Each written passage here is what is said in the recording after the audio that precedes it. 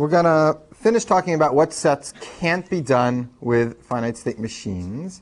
We did this idea of diagonalization on Sunday, which is this jackhammer of a tool that always can spit out a set kind of outside of its collection. And we banged diagonalization on finite state machines and found out that there was the set of binary strings that represent finite state machines that don't accept themselves, and that set couldn't possibly be in our list of finite state machines.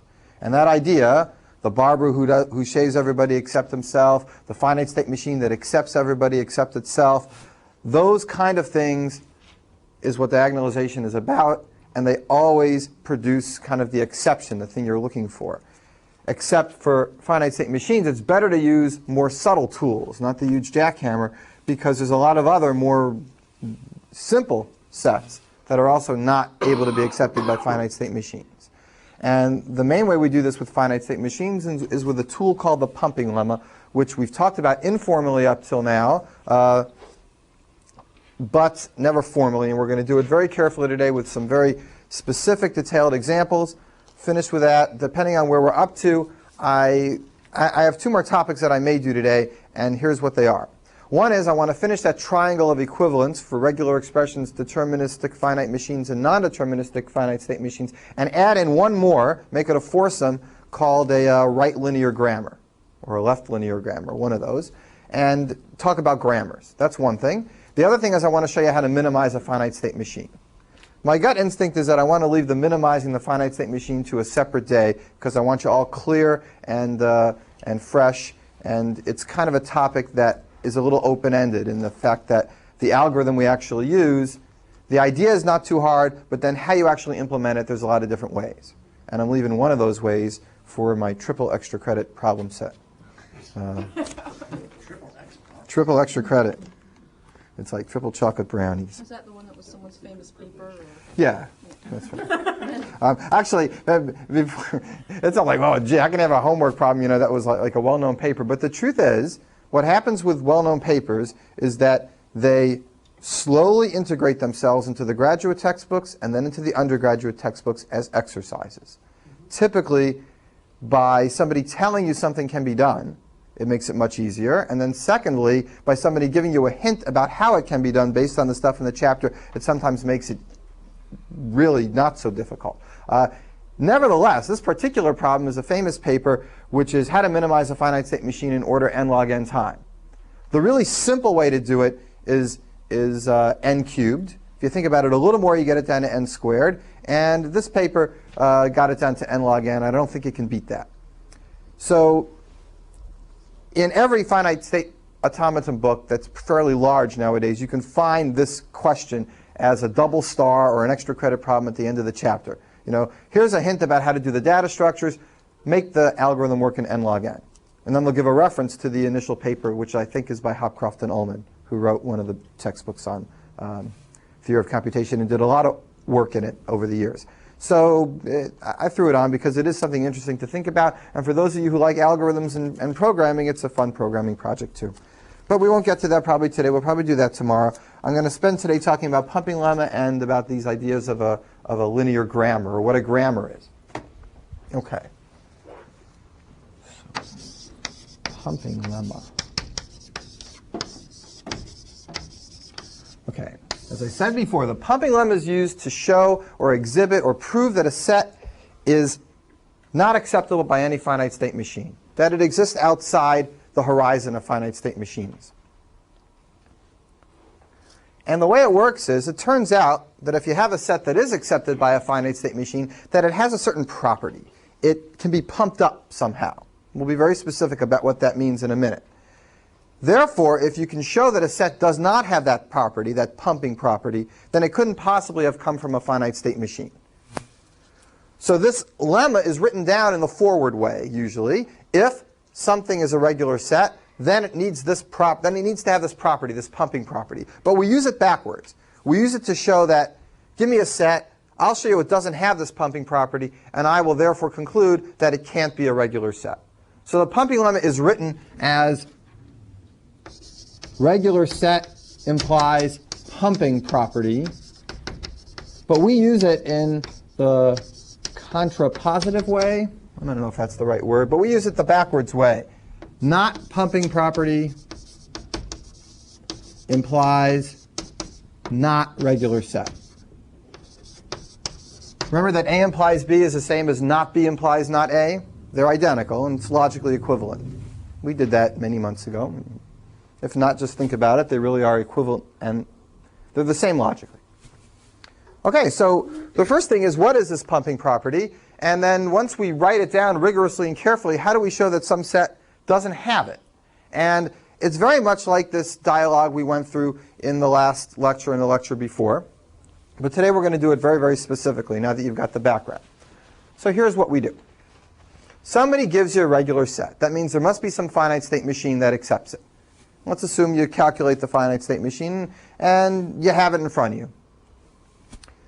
Then here's what the pumping limit says. Let me write it out in real detail. It's going to take a whole board just to write it.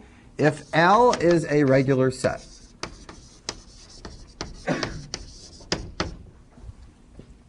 then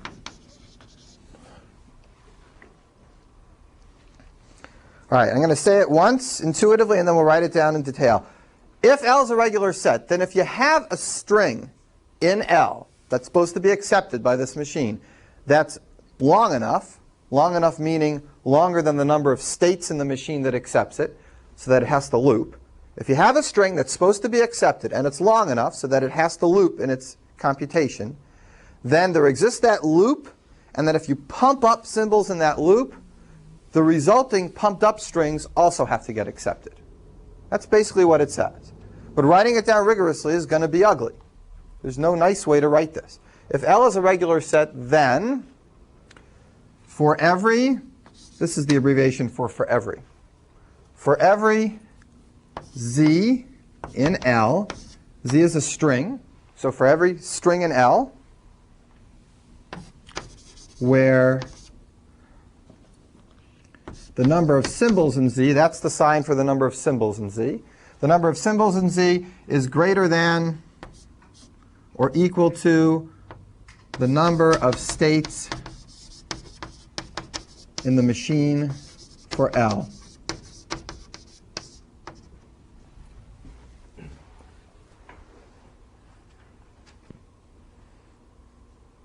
Okay, so that's the first step. For every string in L where it's long enough, where it's bigger than the number of states in the machine for L, what then? How do you continue? For every one of those strings, there is a way to split that string up into three parts. The first part is the part that goes up to the first loop. The second part is the actual loop itself. And the third part is the rest of it. Keep in mind that the third part may have loops itself. Okay, the second part is only the very first place that you find a loop. So there's going to be a way to split Z up into three parts. The first part is up until the first loop. The second part is the loop itself. And the third part is the rest of the string. So we write, there exists. That's there exists. Very simple for what you just said. Yeah, it's cool. There exists VWX, three parts, such that Z equals VWX. The string we were given at the beginning is equal to the concatenation of these three, put one against the other. And there's some conditions on VWX that help us and give us some power here. The loop has to come within the first, let's give this a name. Instead of saying number of states in the machine for L, I'm going to write a line up here. There exists an n equal to the number of states in the machine for L. That'll save me writing this over and over again. I can just write n. If nobody minds, I'll do that.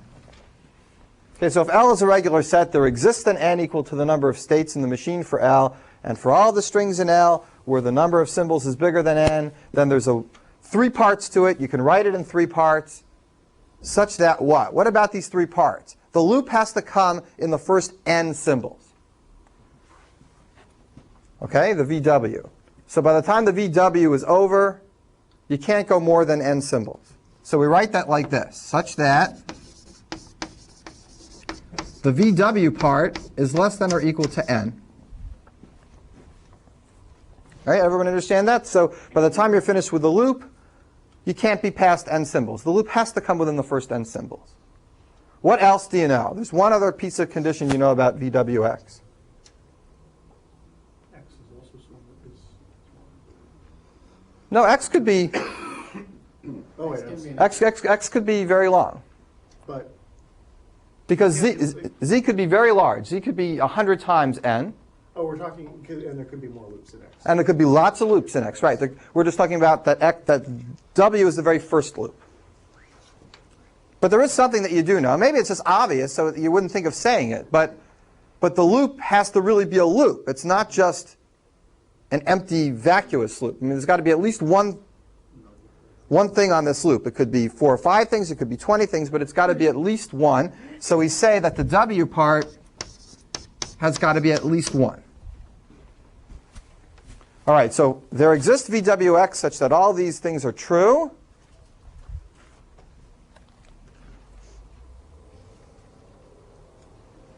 And for every I bigger than or equal to 0, VW to the IX is also in L. I can pump up the middle part as many times as I want, and that resulting string will end up in the same final state as the VWX did, because all I'm doing is saying follow those symbols again on the loop and then continue the way you did before on the X. So as many W's as you want will still get me to a final state, which means that VW to the IX is also in L. Remember, this exponentiation means repeated concatenation. This means doing it over and over again. That's what the pumping lemma looks like. It's long. And there are, if you want to think of it, 4 quantifiers. There exists for all, there exists for all. Right? That's the kind of theorem that it would be nice if math had better symbols for, and there was a nicer way to write it. But there just isn't, so we write it this way. We write it all out. I think this is much harder to understand if you just saw it on the board than the dialogue we had the other day, which is much more intuitive and makes a lot more sense. All right, let me stop for a second. Are there questions about this? Yeah, Donna? Are V and X just the stuff on the other side of the loop? Yes. Okay. V is the stuff on the left side of the loop. X is the stuff on the right side of the loop. There is no loop in V. There might be lots of loops in X.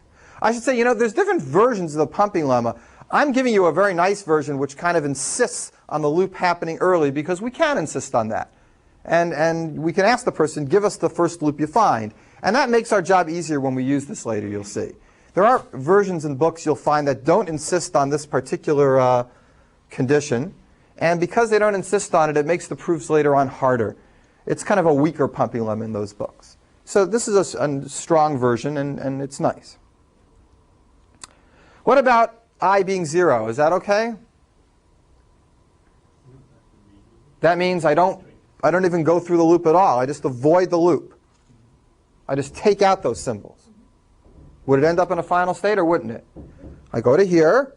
Instead of going on the loop on my normal middle part, I take out that middle part and I continue on. I'd still end up in a final state. Now there are occasional examples when you use the pumping lemma where you actually want to do that, where your pumping number I that you want to use is actually 0, which means you actually are cutting the string down, finding a shorter string that should be accepted but actually isn't accepted. Sometimes going up doesn't work. Sometimes you actually have to go down. Sometimes you actually cut the loop out. So be aware that that equals is not a typo or a carelessness. It's true, and you can use it. All right. I'm sorry. Yeah. Where going up doesn't work?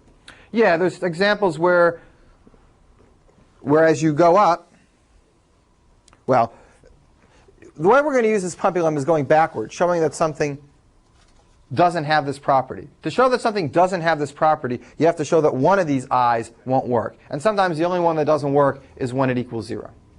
Does that make sense? Yes. That just means not going through the loop. That's right. It means not using the loop. Cutting out some of this string, doing surgery, snip, snip, making it shorter. Because the string you started with does go through the loop. So if you don't use the loop, you're actually taking out a part of that string. Does that make sense? All right, I think we should do an example, which actually runs through this. But before we can do it, remember that we're not using the pumping limit the way it's stated directly. Regular set implies pumping property. This is the pumping property. If L is a regular set, these 4 quantifiers represent the pumping property. We're going to use it backwards. We're going to be using it in the, or contrapositive, or whatever the term is. We're going to be showing that if something doesn't have this property, then it's not a regular set. We're using this to show that things are not regular sets. How do you show that this is not true? You have to put a not sign through all these quantifiers. It'd be one thing if I say, hey, 2 plus 3 equals 5. If you put a not sign through that, 2 plus 3 doesn't equal 5. It's easy. But sticking a not sign through this is a little ugly. It's not true that there exists an n equaling the states in the machine L such that for every string in L where the string is long enough, there exists 3 parts, and you could write it into 3 parts according to those conditions such that every I you wanted to could be pumped up and you always get things in the string. That's not true. Well, where do you actually pin it down to show that it's not true? In which part of this? So we're going to go through it and write down what this looks like when you push a not sign through it, and I'll put it on this side of the board. And then I'll erase this, and we'll use this side of the board to do an example. All right? Now, the good thing is that hopefully somewhere in your mind back there is a vague memory of stuff that you did in logic. And in logic, we mechanically showed how to push not signs through things like this. So I'll remind you if you forget.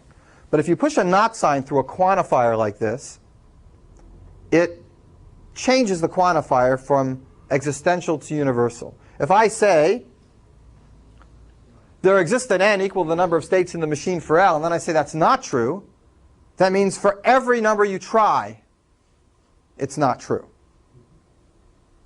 Okay, so when I put not signs through these quantifiers, it reverses their meaning. If I say it's true for every string in L, for you to show that it's not true, you want to show that there exists one string such that it's not true. Everything is going to get reversed. The propositions will get reversed, and the quantifiers will change from existential to universal. Okay, so let's write this out. This is the negation of the pumping property. And this is what we're actually going to be trying to show. We're going to do this mechanically, but in your head, logically, you could follow along as well. Pushing a not sign through here. So instead of there exists an n equaling the states in the machine for L, it's for any n equaling states in any machine for L. That's why when we did this yesterday, I told Chris and Donna to go home and tell me the machine they came up with and tell me the number of states. I had to handle it no matter what they told me. They could have told me an n that was equal to 7 or an n that was equal to 2052. My argument needs to work no matter what n they tell me. So we say for every n. That's the adversary's choice. The adversary gets to choose the universal things. I get to choose the existential things. Okay? If I have to handle a proof for every possibility, then it's the adversary that's dealing with it. And if I want to handle a proof for there exists, then I can just exhibit one. So for every single n, number of states in any machine you can come up with, there exists a string in L. I get to pick the string, because all I have to show is that there exists one. There exists one string in L whose symbols are bigger than n.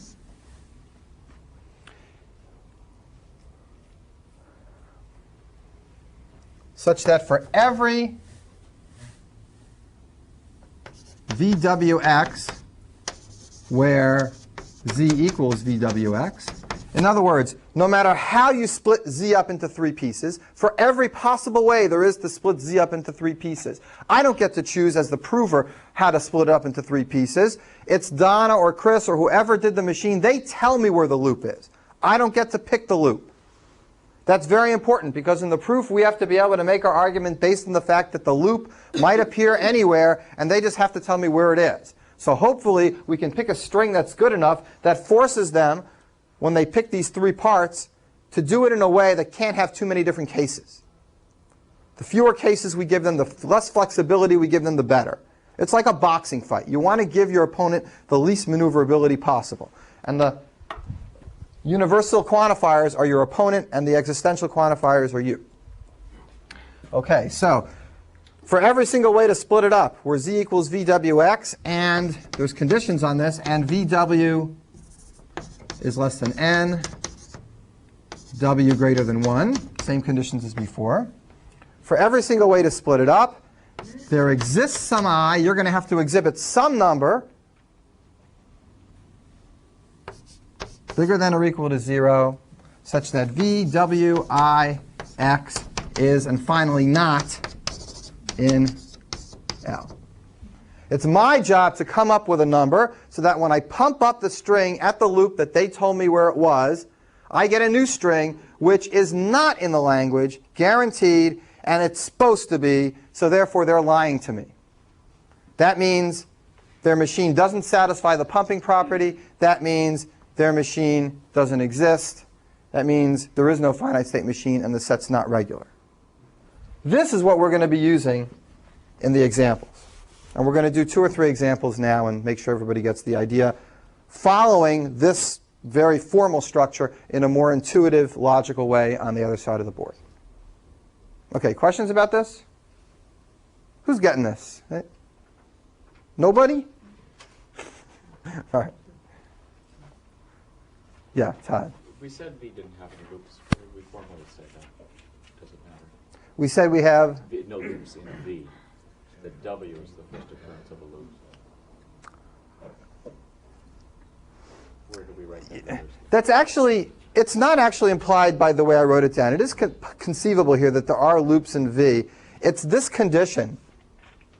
I didn't prove this lemma, right? I just told you it was true. Yeah. But the reason this lemma is true is because the hard part is that VW has to be less than or equal to n. I know VW has to be less than or equal to n because I know there's going to be a loop that shows up there. And I'm saying that we'll call the first such loop W. So we're going to end on that. But it's possible that the person might actually be able to satisfy these conditions and have W be the second or third loop. That's true. So there's no guarantee based on what I wrote that there can't be any loops in V. But the fact that this is less than or equal to the n is implied by the fact that I know there has to be a loop, at least one, in n. But yeah, maybe you could have loops in V. That's possible. Yeah. So in other words, if you can break it, it's a regular set? If you can break the pumping property? Yeah. Yes. Okay. No. If you show that this pumping property is not true, then it's not a regular set. If it is a regular set, then you can pump the thing up over and over and over and over again. Right. But the converse of this, Joe, this isn't true. I can't just reverse this arrow. If you have a set and you show that it has the pumping property, you know that you can always pump things out of it, it doesn't mean it's necessarily regular. There are sets that are not regular that still happen to have the pumping property. So you can't always use the pumping lemma to prove that every single set that isn't regular actually isn't regular. I might give you a set that isn't regular that actually satisfies the pumping property, and you'll never be able to show the pumping property doesn't work because it really does work. So this is not an if and only if. It's not enough just to examine the pumping property of a set to decide whether it's regular. Most examples you'll see don't satisfy the pumping property, and it is enough, but some will occasionally. Yeah, I'll do an example where it does later on today. Yeah. What part of this indicates that W is the first loop? I mean, in the writing of it. I think that's what Todd was kind of getting at. The part that really indicates that is it's less than or equal to n. I'm guaranteeing the W is a loop, and I'm forcing my opponent to find that loop in the first n symbols. It doesn't have to be the first one. It seems to me that tell me any loop that you're occurs in the forcing first n. W to contain a loop, but that, for example, the loop might start 4 letters into W. That you're not. No, well, I'm asking them to call W the symbols that are on a loop. Well, you ask your opponent. Right. You Right. ask them, but in this, the actual definition, I don't see anything that forces that. There is nothing that forces it. So it sounds like you're putting an extra restriction, giving your opponent an extra restriction more than what the property actually indicates. Well, you know what? I won't ask my opponent anymore for the very first one. I'll just ask them for any loop that occurs in the first n symbols. That's enough too. Actually, I'm not concerned that it is the first loop. I'm concerned that you're asking them specifically for a loop. because this W could contain a loop, but it doesn't. The way I'm reading this, W isn't only a loop. It might No, be W is only a loop. and something else. No, it's not. Why is that? What part of what you've written here specifies that? This part over here, the part that I can pump it up, or the part that I can pump it up and it's still in the language. This says that there's some way to split this up into 3 parts so that I can pump up the middle part. Okay. That some way is going to be by finding that loop. And I can force my opponent, when they find it, to find it somewhere in the first n symbols. But you're not concerned about that. You're saying, where do I know that it's a loop? I know that it's a loop because of this consequence. Right. Okay. Okay? All right, other questions? I think we're ready to do some example.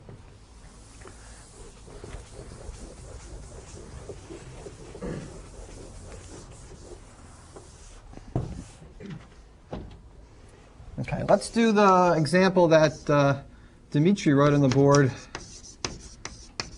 yesterday, palindromes.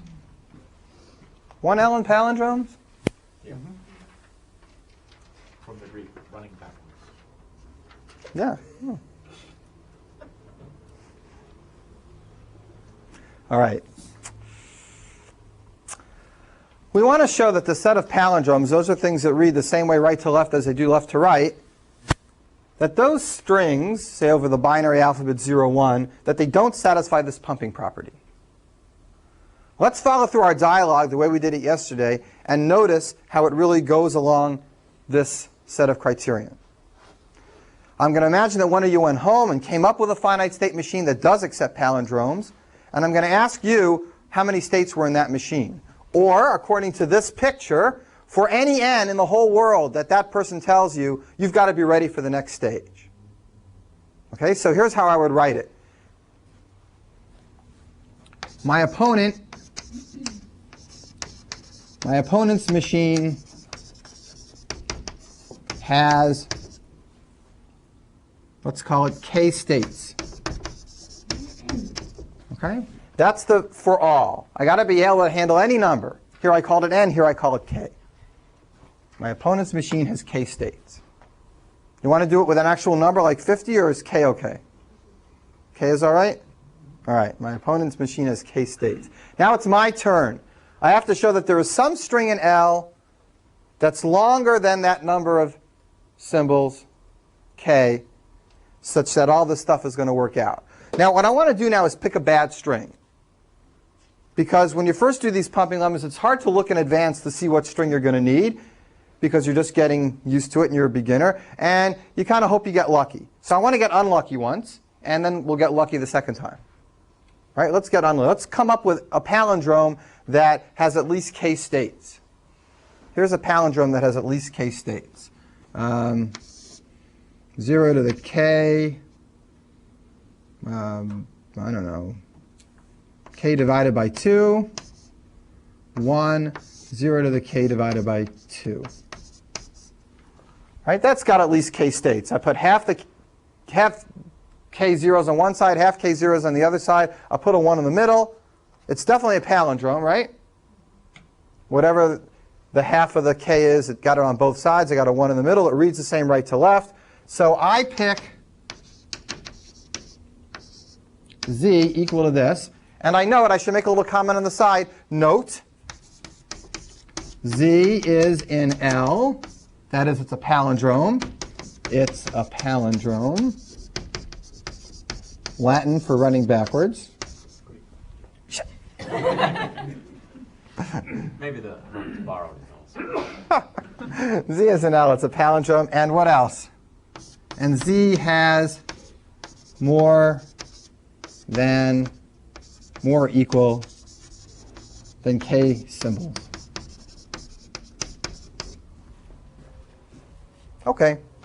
So I'm okay so far. I got through the second stage. Now it's my opponent's turn. Now I got to handle any possible set of 3 things that equal this string. So my opponent sets my z to VWX. Okay? I have no idea how my opponent is going to pick those VW and X. I have to be ready in my next stage for any possible way my opponent might have chosen these to split this string up. Now you play the opponent. The last stage in this game is I'm going to try to pump up this middle part that you, the opponent, is going to pick. I'm going to try to pump it up and get something that is not a palindrome. VW to the IX, that's not in L. That's going to be my job in the very next stage of the game. We're in the penultimate stage of the game. You get to pick the VW and X to make me suffer. So it's this big opportunity. What do you want to pick? What if you pick the W? So my opponent picks V to equal 0 to the K over 2, W to equal 1, and X to equal 0 to the K over 2. That's perfect. Well, let's check if that's reasonable. Remember the conditions my opponent has to abide by? There's a couple conditions they have to abide by. They can't just split it up randomly into 3 parts. Because I'm asking them, tell me the first loop you came up with. That's what I'm asking them for this W. And the only condition that I can impose on them is that I don't know where that loop is, but I know it's got to happen in the first n symbols, or excuse me, the first k symbols. The VW part has to be less than or equal to k. Well, this VW part is certainly less than or equal to k, right? It's about k over 2 plus 1. So they're okay so far. And they gave me a real loop. The W is bigger than or equal to 1. And it's actually the string 1 itself. So you didn't do anything wrong here. You came up with a perfectly reasonable way to pick VW and X. And I'll write that down. VW is certainly strictly less than or equal to k, and the W is certainly greater than or equal to 1. Note. That's your opponent note when you send it to me. I go, okay, fine. And now I look and I go, crap, I'm dead. Because whatever I use for I, no matter how many times I pump up that W, I get a palindrome. It does pump out. It does satisfy the pumping property. So this whole attempt at showing that the pumping property didn't work failed. I made my move. Sorry, you made your move. I made my move. You made the last move in the game. Checkmate. I got killed. Every single I try doesn't work. Can't use that W to some, does it have to be the middle value? That's the only one I'm allowed to use. That's the only one I'm allowed to pump out.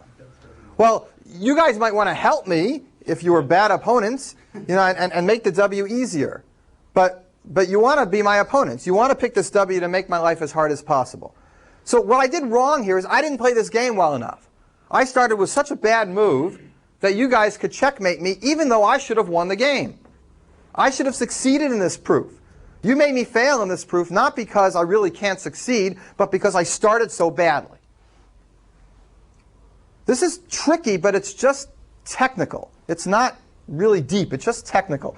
You have to show that this property doesn't hold, and in order to do it, you got to make the right choices along the way. Just because you make a wrong choice doesn't mean there wasn't a better choice to make. So I made a bad choice. I picked a bad string to start with, and you guys won. That doesn't mean that the pumping property necessarily holds. It just shows that this one attempt at showing it doesn't hold didn't work. I'm going to pick a better string, and I'm going to nail you guys. Okay? Seth, what are you thinking about? Waiting for my better string? All right. Waiting for my better half here. Okay, let's do this with better string. Instead of this, let's pick what actually might seem like a more natural string. 0 to the k, 1, 0 to the k. Let's do that string. That might have been the first string you might have picked. So my opponent has to set 0 to the k, 1 to 0 to the k equal to VWX. Now, can you guys pick W equals 1 now? Now I nailed you down because I made the first case symbols have all zeros in them. And you have to pick your VW in that section. The VW's got to be less than or equal to k. This no longer is a possible choice for you guys. You can't find the loop in the first case symbols and have the loop be a 1. Because there is no 1 in the first case symbols. The only thing you could possibly do, and I will note this, my opponent sets this equal to VWX, and I note that the W equals 0 to the m for some m between 1 and k. No matter how you split it up into 3 parts, I know that the W part is going to be all zeros. And that's what I'm noting here. It's some number of zeros that's more than 1 and less than k. Everyone agree? I say, where's that first loop? It's got to be in those first case symbols. You can tell me how big it is. You can tell me where it is. But whatever you tell me, it's going to be all zeros. OK. So at that point, it looks like some of you got confused. Let me stop for a second. All I did now is notice that if you split this into 3 parts, you as my opponent, the middle part's going to be all zeros because I got you nailed in the 0 to the k section. And now here's how I'm going to finish the game and win. I'm going to say let I equal 2. Pump this up, that means 1 extra time. Here's v, w, 2x. What does this equal? VWX was equal to 0 to the k1, 0 to the k, right? That's my z. It used to be equal to this. If I pump up an extra w in it, how many extra symbols, what symbols do I get? I get m zeros. So it looks like this now. 0 to the k plus m, right? It's in that section, followed by a 1, followed by 0 to the k. And m is definitely bigger than or equal to 1. And that's not a palindrome, because the 1 is in the middle is shifted off center. And I conclude, which is not a palindrome. And then I say QED, I'm done. All this is necessary to show that the pumping property doesn't hold for palindromes. I'm going to stop for a minute for questions. Gary, got a question? Hence, palindromes are not regular sets. Hence, palindromes are not regular sets. Yes, but that's not a question. That's just a correct statement. Yes, you're right. My intonation didn't indicate. No, you got to be a little more. Not a regular set. There you go. More confidence. Like that. No, that's good. Good. Exactly right. We finished with this. Hence, palindromes are not regular sets.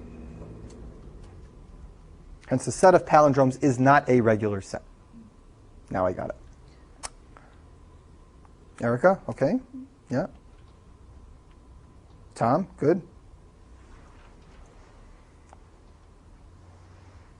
There's a good friend of mine who teaches like this. And I actually like it, but I rarely ever do it. I think it really actually works. At the end of anything complicated that he ever says, he stops. And he goes around the room, and he looks. And it's really tough if you're in the class, because you can never take a minute to space out for a second. He goes, Michael. You get it, Michael? You really get it? Anybody who doesn't have an amazingly confident look on their face. Yeah. Andrew, make sense? And then if there's any hesitation on the, yeah, I definitely get it, he explains exactly what he thinks you don't get. The lectures can go on a long time, but it's... Doesn't that just encourage your students to lie? No, but it's very hard to lie about that, because you never know if he's going to ask like a follow-up question. You never say, I definitely get it, because then I'll say, okay, well then, if I did this, does that make sense? And they go, I didn't really mean it. I'm sorry. I was thinking about dinner tonight. Sorry. You can't lie. The bacon brownies.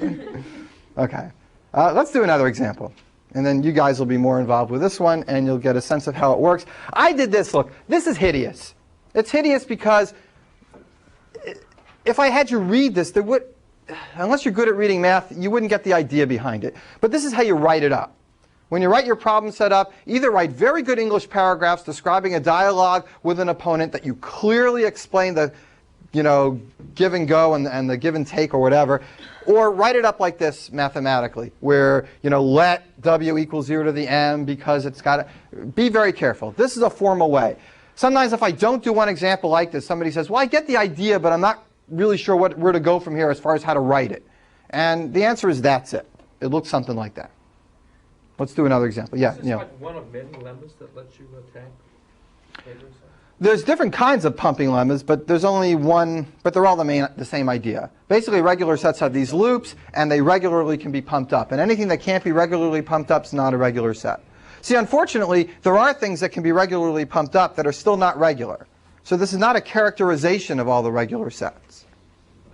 In fact, it's very hard to get an if and only if. You know what? There is an if and only if for regular sets with a single alphabet symbol for zeros. There is a characterization for all languages over the single alphabet 0 that are regular. And that's a very linear kind of characterization. In fact, I think it's probably one of the extra credit problems I might have given you on one of the homeworks. There you can actually say a set over just the alphabet 0 is regular if and only if this, and explain it. You know, it's basically if and only if it looks like this.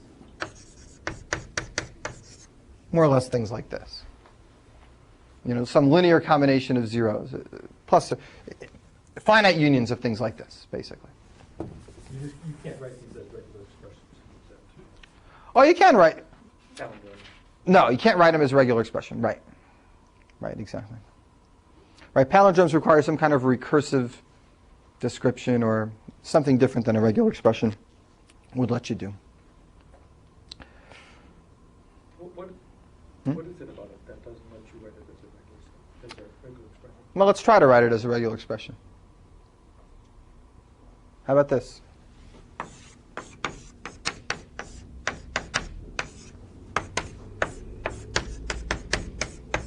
That's a start, at least, right? That's my first bad attempt. That makes sure that if there's a 0 in the front, there's a 0 on the end, or if there's a 1 in the front, there's a 1 on the end. Is that all the palindromes?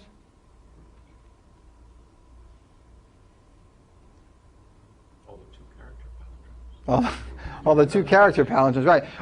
This is the set of all palindromes where you're just going to look on the first and last symbol. But if I want the first 2 symbols and the last 2 symbols to match, it looks like I'm going to need a union of 4. You know, 0, 0, anything, 0, 0, 0, 1, anything, 1, 0, 1, 0, anything, 0, 1, 1, 1, anything, 1, 1. Look, I know that's a dumb way to do it, but I don't see any better way, and we just proved actually that there isn't any better way. There isn't any regular expression that can do palindromes. And that's an attempt to try, and we'd get stuck if we kept trying. Does that kind of give you a sense? I hope. All right. Should we do another example? Let's do another example. Yeah, good.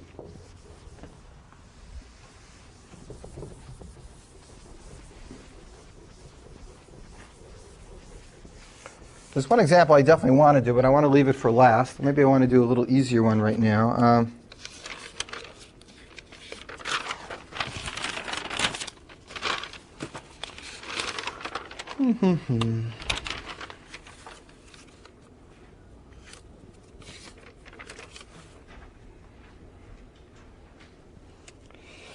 Let's see.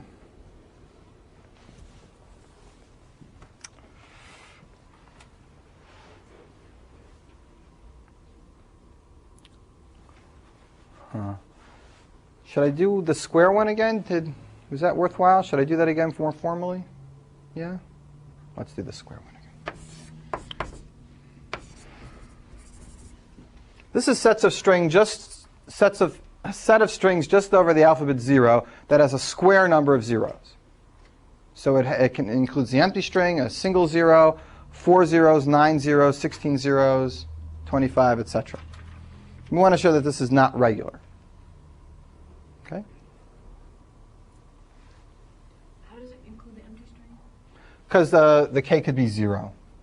So 0 to the 0 means no copies of 0. Okay. So that's the empty string. What? Isn't something to the 0? If it's in numbers, something to the 0 is 1, Okay. but the 1 is kind of like the identity for multiplication. The identity for string operations is the empty string. So when you combine one string with the empty string, you get the same string. When you multiply something by 1, you get 1. Now it has the same role. In exponentiation to the 0 should always give you the identity in the structure that you're dealing with. And the identity here is empty string. It's a good question. It's the basis of deep mathematical algebra. Yeah. Good. All right. Let's go through this thing again. I want you guys to try. what's the process? What do I write first? Pretend you're writing a formal proof. What do you write first? We want to show that this is not regular. Claim 0 to the k squared is not regular. How do you write down in math blabbering that your opponent has chosen an n for you? The machine has so many states. Right. Right. And the way we normally write that is, let n be the number of states, or let k be the number of states. The word let is overused in mathematical writing. Let's not use k because I have k here. So let n be the number of states in a hypothetical machine.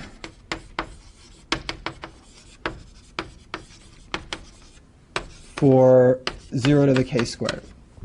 Okay. That's step one. That's this top step. Now what? Now what do we write down? Right, we pick a string. Well, in this case, we're going to be just fine picking a very simple string. We're going to pick 0 to the n squared. We're going to note that this is definitely in the language. We have to pick a string in the language. We want it to end up in a final state. 0 to the n squared, which is in the language, and which is bigger than n symbols. It's got n squared symbols. It's a lot bigger than n symbols. Okay, that we have to make sure about. Now I've gotten up to here. So far we got no trouble. Next step.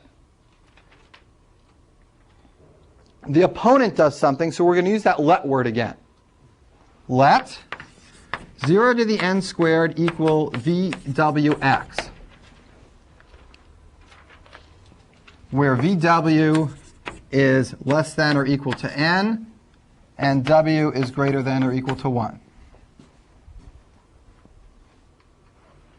Right? We have no idea what the V's, W's, and X's are. We just know that these conditions are true, and we know that 0 to the n squared is built up out of those three pieces. We use the word let to show that we have no choice over it, to show that it is a universal kind of quantifier. And now we have to pick an I and pump it up. And we're going to get lucky, and I equals 2 is going to work again.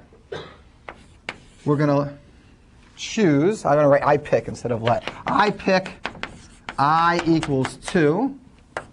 UV2, sorry, VW2X equals. Tell me what it equals. If I pump up W twice, then how many zeros are in that thing? It'd be nice to know how many zeros were in W, right? So maybe it's important to realize, okay, you don't always have the words for what you want to say when you're writing things mathematically. And whenever that happens, you backtrack and you kind of throw in a definition to make this line a little easier to write. So let 0 to the n squared equal VWX, where these things are true, and let the size of W equal m, strictly less than or equal to n. Just so it has a name. From now on, we can call it m. The number of zeros in W is m. If I had written this first, you'd say, what the heck are you calling it m for? And even now I don't have to. I could just write, bar W bar. But it's nicer just to indicate that it's important. So now we can write how many zeros this is. How many would it be? 0 to the k squared plus, no, just plus m. Because VWX was k squared, and when we pump it up to 2, we're only getting one more copy of W. Okay? What's that? 1 squared. It's, oh, no k. Thank you. Thanks. N squared plus m. All right, so now what? I picked I equals 2. I said what VW2X equals. I have to convince you that this is not in my set, that it's not a square. So now I need to go to a new, I'm going to erase this. We don't need it anymore. I'm going to go to a new board and convince you that 0 to the n squared plus m can't be a square. I claim 0 to the n squared plus m is not equal to 0 to k squared for any k. Okay, it's not a square. N squared plus m is not a square. And here's my proof. N squared plus m is strictly greater than n squared. How come? Because m is at least as big as 1. So it can't be equal to n squared because it's bigger. And I'm going to also claim that it's strictly less than n plus 1 squared. So it can't be a square because it's stuck in between two squares.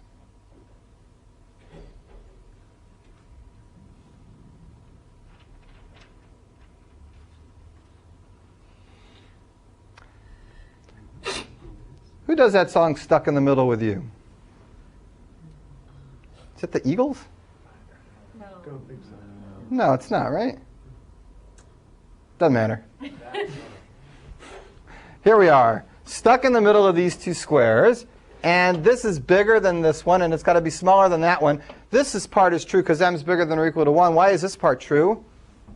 This is n squared plus 2n plus 1.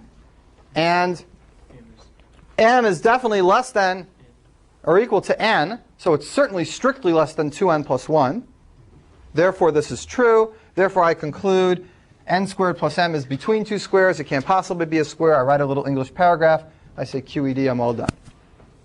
It's a lot of work, but it's a powerful tool, and the idea of it is very straightforward.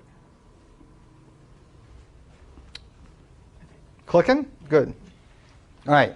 And you'll notice, well, what trick do you use? Like here we picked 2, and the trick was that it was in between two squares. Before, we wanted to pump up a part to make it not look like a palindrome. And if you're thinking, boy, is it always something different every time? Yes, it's always something different every time. And yes, you have to look in advance, and the best way for a beginner to try is try something, let the opponent work as hard as they want, see if the opponent wins, and go back and fix your try if it didn't work. And when you get better and better, you'll be better at picking it in advance. And if you can't get it after a couple tries, ask me and I'll tell you. That's always a good way. Okay. Questions about this? And we know it'll work because the problem says use this because it can't be right. But you could be sitting here and at some point go, well, maybe it really is a regular set. Right. We're going to do that. No, maybe it really is a regular set, or maybe it really has the pumping property. Even worse, maybe it really has the pumping property and it's not a regular set. So I could sit here all day long and never succeed with this, even though the set happens not to be regular. And that happens. We're going to do an example in just a second. Okay, can I erase this one? Let's do another example.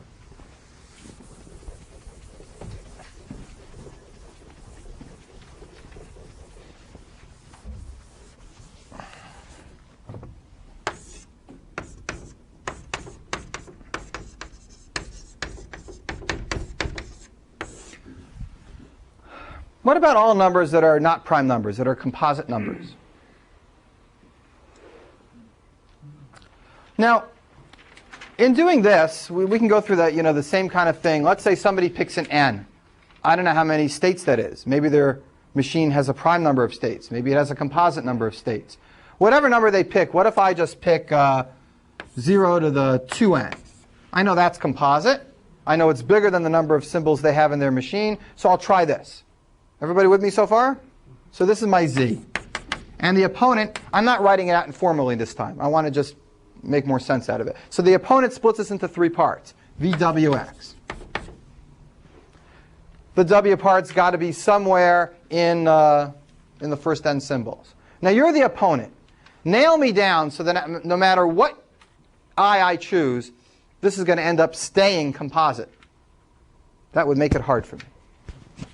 What W do you want to pick?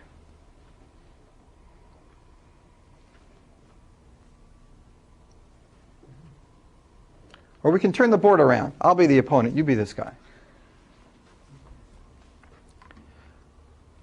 In a second, I'm going to be trying to taking the 0 to the 2n and then adding multiples of this W to it and hoping to get something that ends up being prime, that ends up being not composite. How am I going to do that if you make this W equal to 2? 2 zeros. If you make the W equal to 2 zeros, then I'm always adding 2 zeros to it. 2 zeros to some even number. I'm always going to get an even number. I'm never going to get a prime number. I can pump up W to my heart's content. I'll still get an even number. The answer is that I'll never succeed, and you'll kill me if you pick W equal 2 zeros. And I can't pick a better string because you can always just find W equal 2 zeros. Maybe I should have picked 3.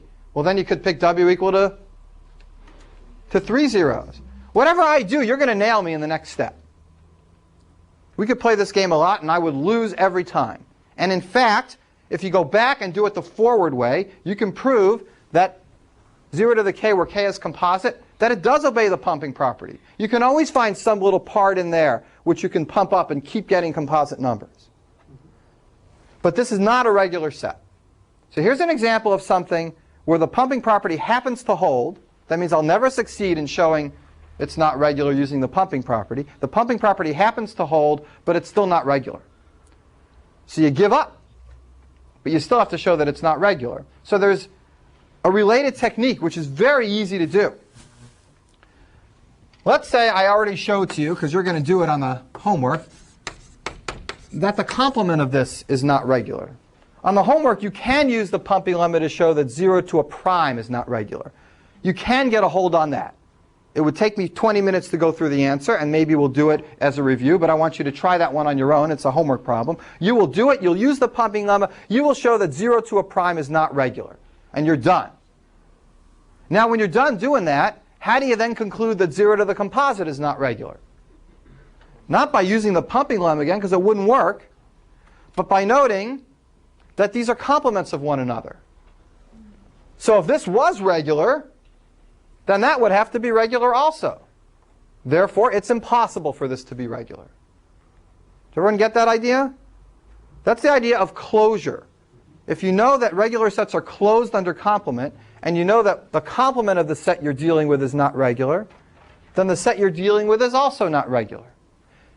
If I know that 0 to the prime is not regular, and I'm not sure about 0 to the composite, and the pumping lemma isn't working, then I can say, well, I know it can't be regular anyhow, because if it was regular, its complement would have to be regular too, and I showed before that its complement wasn't regular. So it's kind of a proof by contradiction using closure properties. And you can do this with complement or reverse or any of the closure operations. It expands the repertoire of what you can show is not regular by a lot. So closure is not only used in a positive way, it can be used here in kind of a negative way to show that things aren't regular sets. All right, questions about that idea? What's another good example of this? Here. We showed yesterday that 0 to the n, 1 to the n was not regular. Right? We used the pumping lemma to show that. We could do it again formally today. Let's assume we know that that's not regular.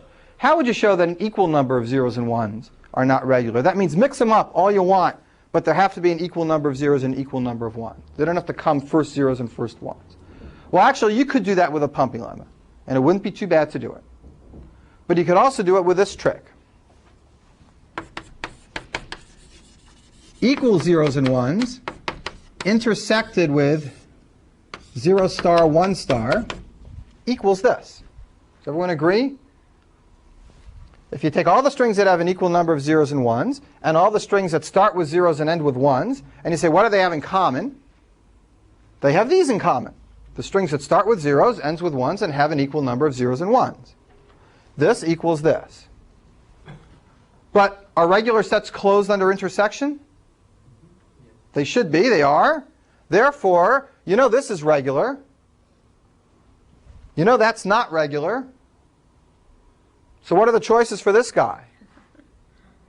Not regular. If this one were regular, then the intersection of the two would have to be regular. Everyone understand that? It's the same idea. Here we're using closure over intersection. It gives you a tremendous variety of ways to show things are not regular. The pumping lemma is a direct way, and then these closure properties is an indirect way. Keep in mind, here it's really not necessary. If somebody wants to show that equal zeros and ones are not regular, I can just come up with a string of equal zeros and ones. Here, 0 to the n, 1 to the n. That's the string I pick. And then I'll win the argument just like I did with 0 to the n, 1 to the n. And that's kind of the intuition behind what Chris was saying the other day about, oh, if it's a subset of the thing, then you have to be really careful when you say stuff like that. It's almost right. Anyhow, that does that example. I want to do one more quick example of this intuitively, and then I'm going to let this topic go. Are there questions? All right, last example.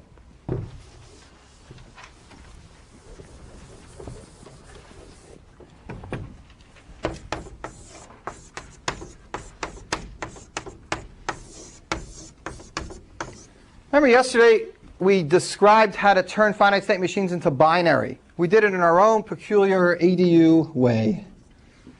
We decided that the number of states would be listed by the number of zeros in the string, and then a separator of a 1. And then we start with a start state and say where we went on a 0, we went back to state number 1. And then where we went on a 1, we'd go to state number 2, then another separator. Then we move on to the next state. On a 0, we go to state 2, and on a 1, we go back to state 1. Another separator. And then we add on all the final states. Number 2 is the final state. And I think we put a double 1 here before the final states, right, to make this final separator. So this 0 and 1 string represents that finite state machine. The number of states, the transitions on 0, 1 for the initial state, the transitions on 0, 1 for all the other states, and then whatever final states you have listed with 1s in between them. We did this for diagonalization idea, but we're going to use it again right now. This is a legal finite state machine.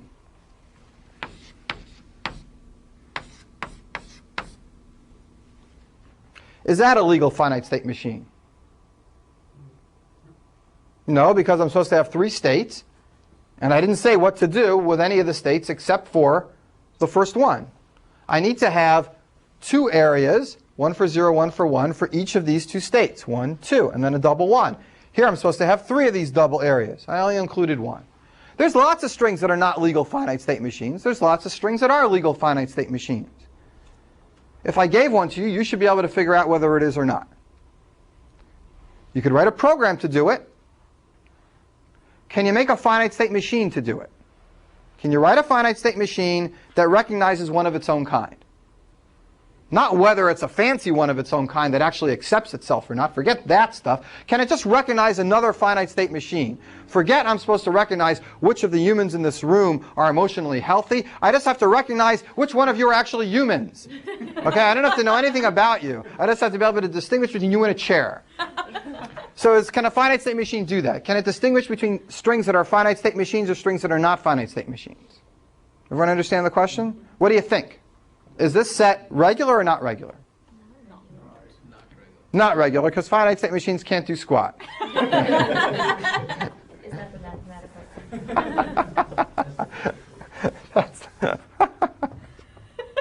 I think I must have told you this story, but it reminds me of this course I took in college where we were doing psychiatry with linguistics. It was a semiotics course. I told you this story, right? No, I didn't tell you this story? I'll tell it really fast. Anyway, all year long, you go to the class and the doctor plays tapes of crazy people. And you listen to the interview between he and his associates and these crazy people.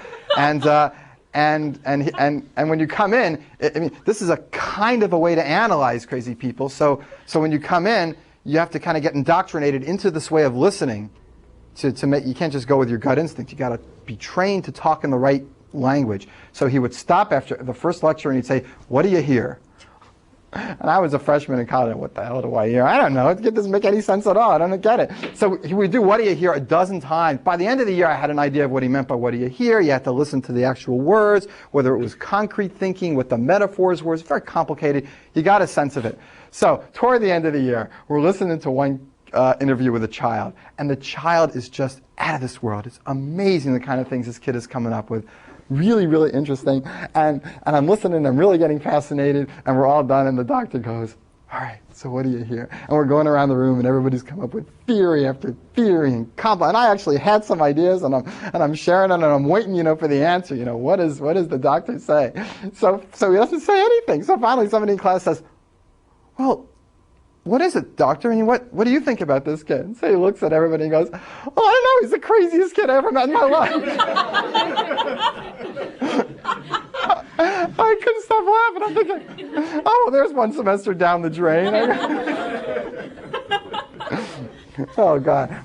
So where was I? I forgot. I forgot where I was.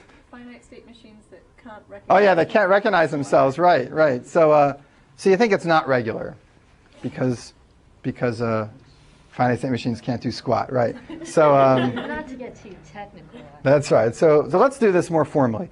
Convince me that it's not regular by doing the pumping on, but now you guys have to do the pumping. I'll be the adversary. All right. So I provide the number. I provide you with an n. So let n be the number of states in the machine. I have a machine that recognizes finite state machines, that recognizes legal binary strings that are finite state machines. N's the number of states in my machine. I got to stop talking while I write. Okay, now it's your turn. You have to come up with a string. You have to come up, I'll remind you what you have to do. You have to come up with a legal finite state machine, something that I should accept, that has more than n symbols in it. Everyone agree? That has more than n? Yeah, it's got to be longer. That way it should be able to be pumped up. Yeah, Chris? You have a- If we have n zeros and then n pairs of inputs and a couple valid states at the end, we have. Yeah, I mean, I think Chris has the right intuition. So let's take Chris's idea and look ahead. If we just start with n zeros at the beginning, make it something with n states in it, and then throw any garbage at the end. Later on, when you guys are going to pump this up, no matter how I split it up, my W is going to be stuck here in this section. And then you pump it up, and what happens? You get more states in the machine, and nothing changes out here, and it won't be a legal finite state machine again. It's actually a really easy proof, because this particular encoding scheme that we used is so specifically counting oriented. It counts the number of states, and then something else later has to have that many. It's almost like 0 to the n, 1 to the n. I should point out there are other encoding schemes for finite state machines. I could encode them so that any binary string represents some finite state machine, and then it would be easy to accept them all, just 0 plus 1 star. Everything's a legitimate finite state machine. So this really depends on the encoding scheme. But let's go through the details now. So 0 to the n, let's just put in pairs of zeros, n pairs of zeros. N pairs of zeros. And how about no final states? Who cares? All right, so you give me this string. And I split it into 3 parts, VWX. And no matter what I do, the W is going to be stuck here in the first n symbols. So the W is some number of zeros. And you can pump it up how many times? Any number, 1 time. So this becomes 0 to the n. Let's call the W's that m again. 0 to the n plus m. This stuff is exactly the same. And that's not legal because here we have n pairs of zeros and m plus m states in the machine. Everybody get that trick? So our encoding of finite state machines are too hard for finite state machines to accept. So it's not surprising that the finite state machines that actually don't accept themselves are also hard to do. I mean, this is hard. Good. By the way, there's a Turing machine that could do all this.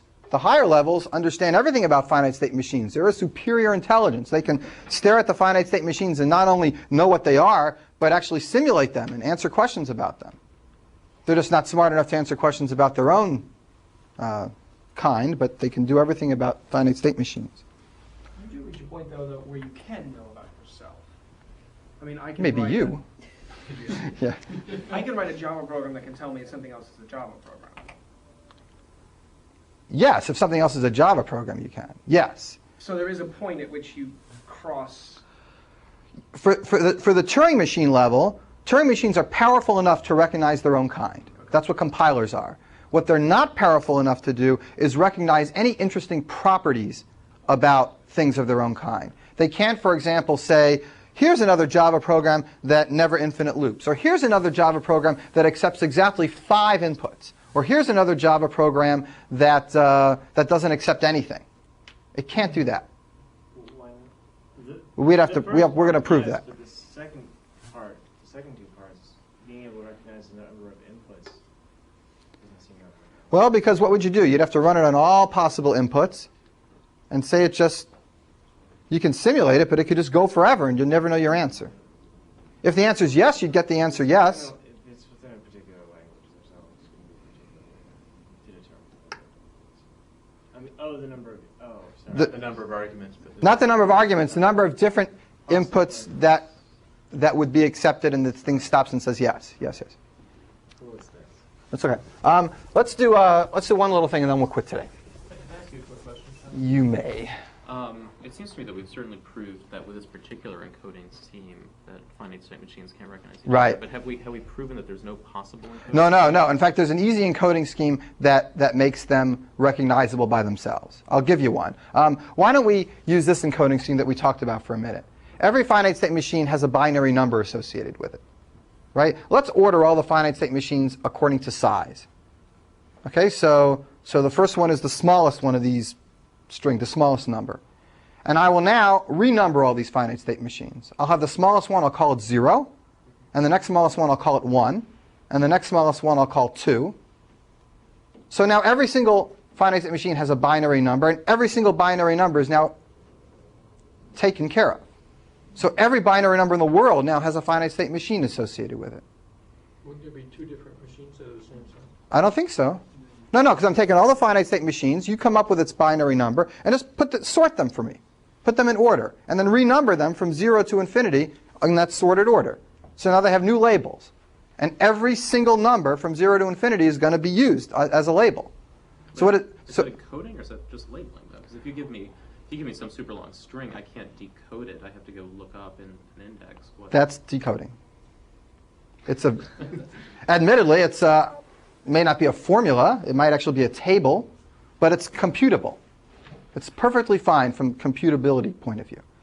And it's not a wonderful encoding. It's not quite as pretty and simple as this. But I certainly could go through this idea. You give me a string. I reconstruct all the possible finite state machines. I make a table. I count down as many as the string you gave me, and there's the one I want. The table is going to be infinitely long. Yes, it is. And that table is actually an auxiliary memory. So we're no longer really in finite state because we're using an infinite memory. Now, I'm talking about a program doing it right now. I'm talking, as far as actually figuring out which one it is, a computer program would have to do it. But a finite state machine is smart enough to just recognize whether it's really one or not, because everyone is. So here's the finite state machine that recognizes legal finite state machines in that encoding. It's just that, right? So if you're thinking that's kind of a trick, and it is a trick, but it's normal to make encoding schemes so that every single encoding means something. I could also say this. Here's an even easier way to do it. Use the same encoding we have, right? Any binary string that's not a legitimate finite state machine, I define that to be the finite state machine that accepts nothing. I define that to be this machine. So now every single encoding has a meaning as far as a finite state machine goes. It's just semantics. So if we can do this, then, I mean, how does that jive with your earlier statement that you can't build a finite state machine that can recognize other finite state machines? You can, depending on the encoding. But you can't build finite state machines that can know anything about the other finite state machines. We did prove yesterday that you can't have a finite state machine that accepts other finite state machines that don't accept themselves. That's impossible, no matter what encoding scheme you use. Right. So this level, it does depend on the encoding scheme. And it's why compilers work and stuff. And this encoding can't actually identify the No. machine Finite state machines are not smart enough to identify which one. Right. that's been encoded. Oh, yeah. Ugh. Can't do anything. Okay. All right, other questions? One more topic before we quit today. This is a short topic, and it's self-contained, and I want to squeeze it in today because I want to start tomorrow scratch on minimizing finite state machines and get that finished. And this topic connects the trio of regular expressions, deterministic finite state machines, and non-deterministic finite state machines with right, or let's just call them linear grammars.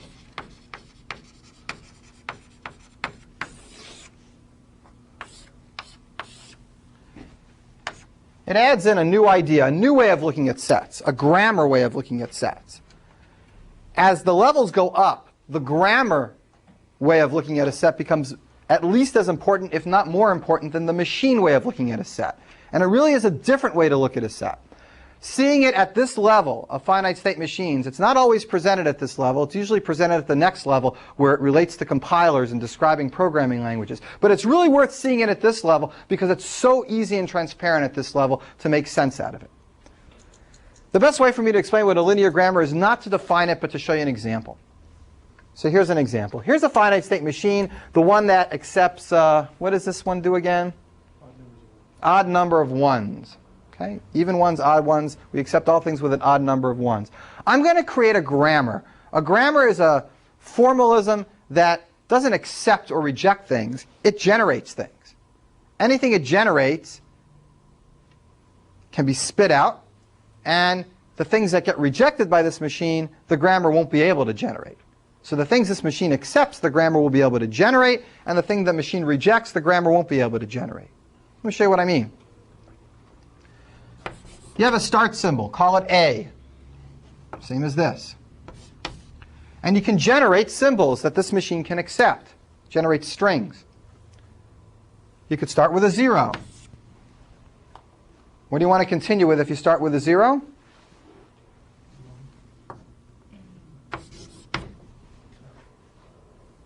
You could continue with a 1, but we'll do that next step. You want to continue with something that A can generate again. You could also generate a 1 and then continue with a B. That's all you can do in state A. Generate a 0 and then continue with something else that A can generate. Generate a 1, continue with something that B can generate. If you're in B, you can generate a 0 and stay in B. Or if you're in B, you can generate a 1 and go back to A. Let's use these are called productions. Let's use these productions of this grammar to generate some strings. We're going to get stuck at the very end, and then we'll have to finish up this grammar. Let's start from the start symbol. One of the symbols is indicated as known as the start symbol. It's usually written as S for start, but we used A. Okay, but we have to start from A. So we start from A. What I'm going to write here on the board is called a derivation. A sequence of substitutions in the grammar, one after the other, creating a long derivation. We start with A going to 0A. And now I can substitute for this A. Why don't we substitute 1B for this A? These are the rules. This is a sequence of the rules being applied. So 0, 1, B. Let me stop for a second. Who understands so far? Yeah? I'm starting here. I made a substitution. I continue my substitution with A turning into a 1B. And now I continue with a substitution from B. Who can give me a legitimate next step in the derivation? Say it.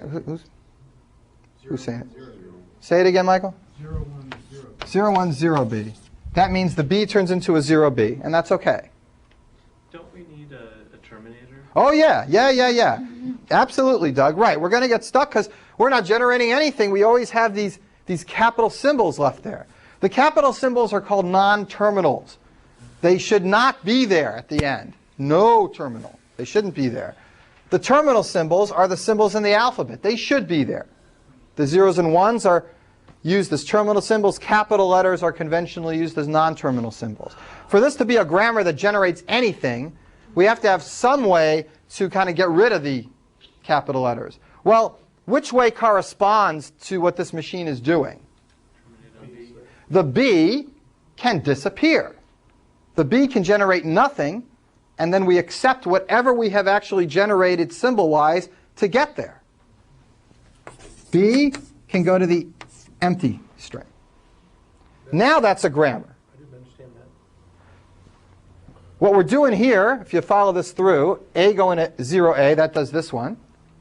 and then A going to 1B, that's this next one, and then B going to 0B, that's the last one. So if you follow that through in the machine, it's 0, 1,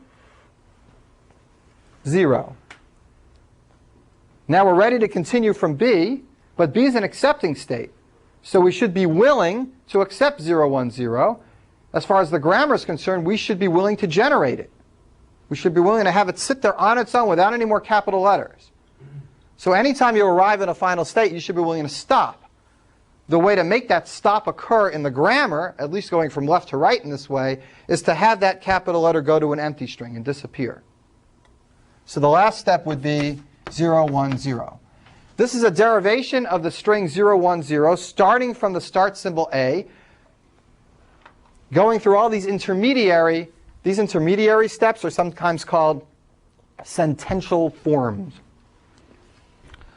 Well, fancy names, but if you understand the idea, you don't need the names.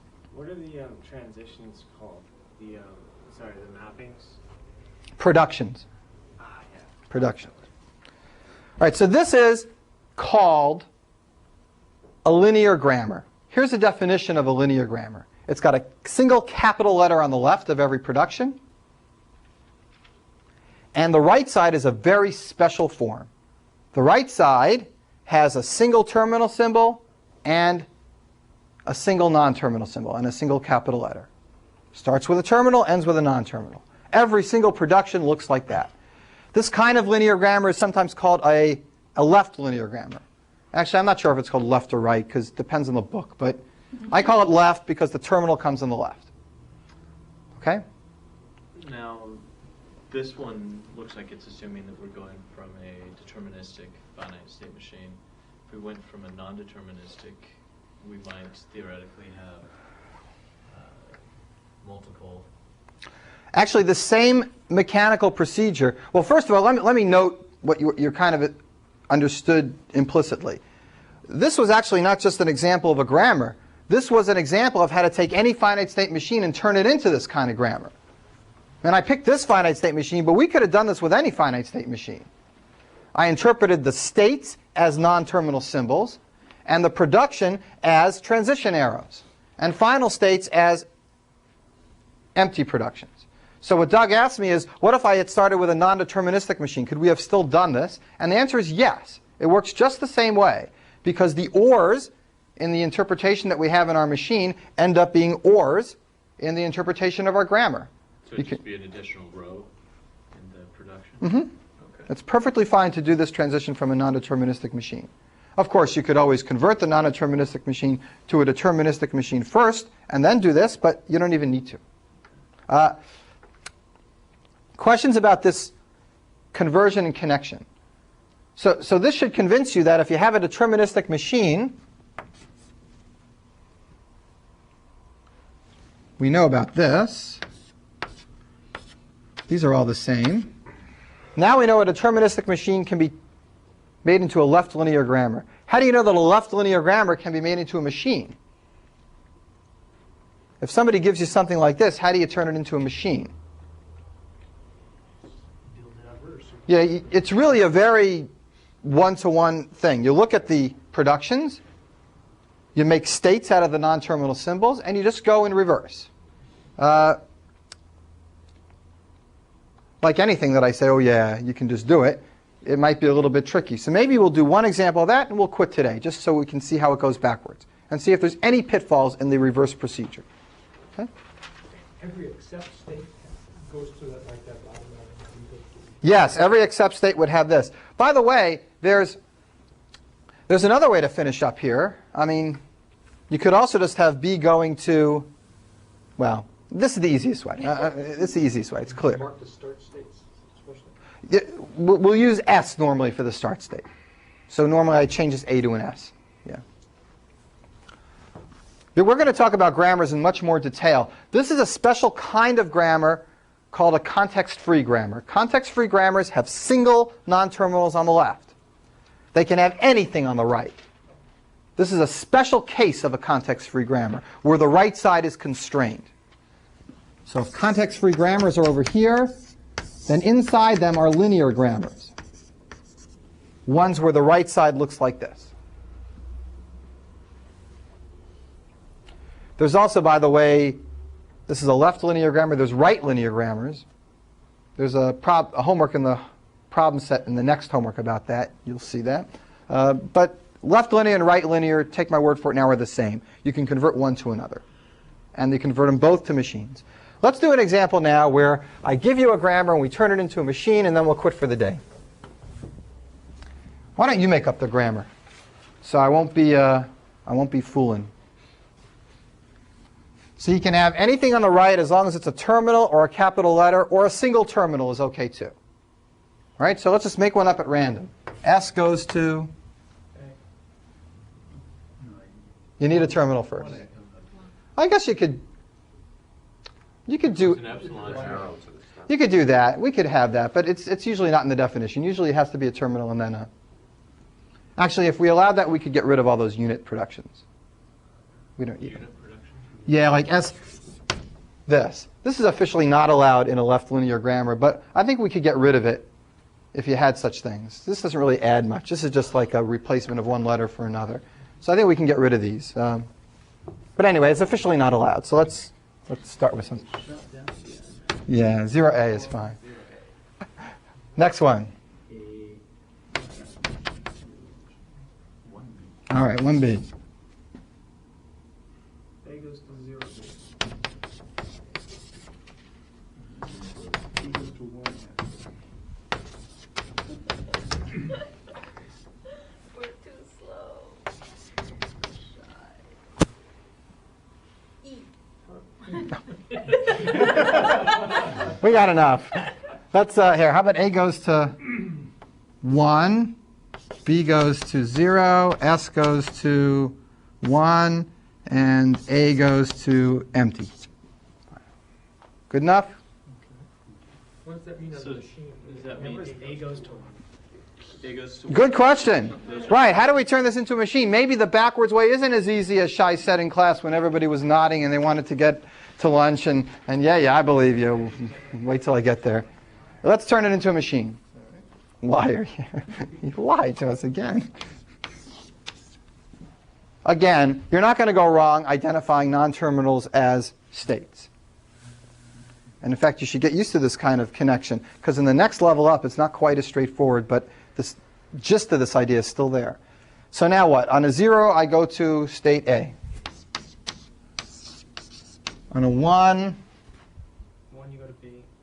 0, you also go to B. wait, no, but not from S. Oh, from here. So from 1, I go to B, and from 0, I go to B. And a 0, I go back to S. Yeah, The no. 0 from A goes to Oh, A. thanks. Okay, and now B goes to 1S. So this isn't hard so far. No problem. It's just this stuff that might be a pain in the neck, right? A is a final state. Yeah, A is a final state, you sure? Yeah.